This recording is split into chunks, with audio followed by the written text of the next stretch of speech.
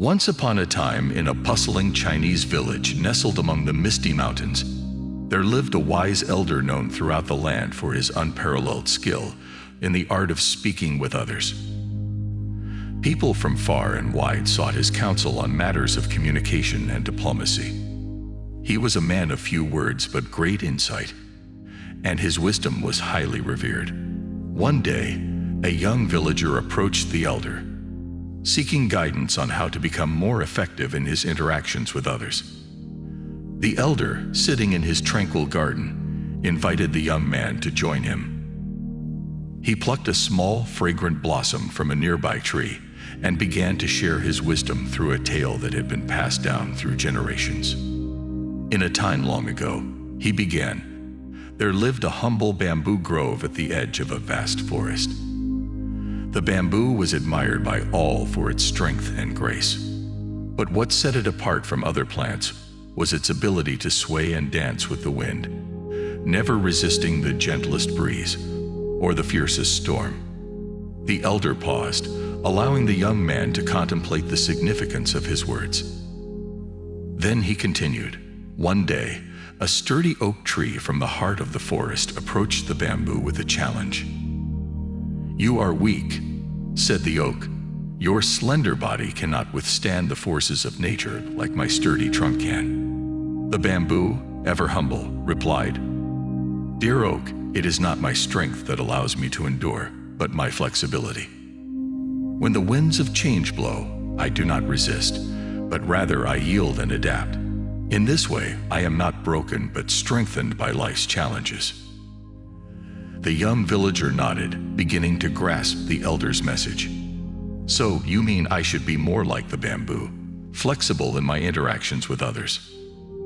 The elder smiled and continued, "Indeed, my child.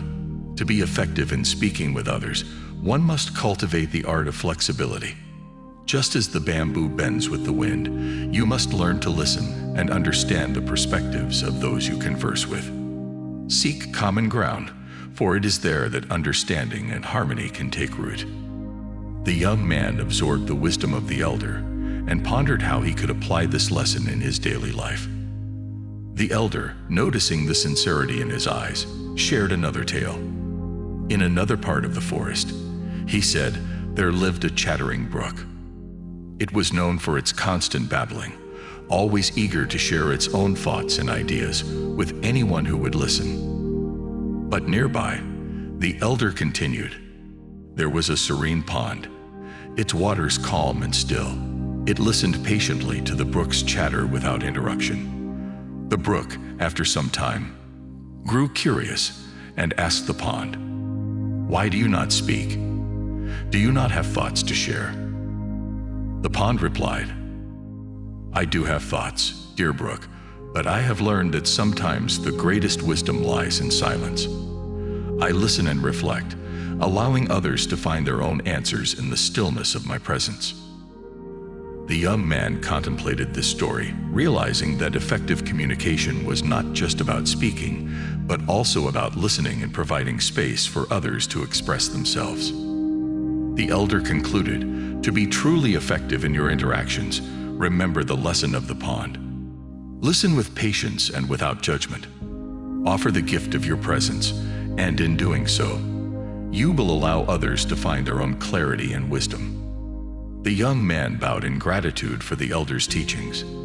He vowed to put these lessons into practice, to be as flexible as the bamboo, and as patient as the pond in his conversations with others. Over time, the young villager honed his skills in the art of speaking with others, drawing from the wisdom imparted by the elder.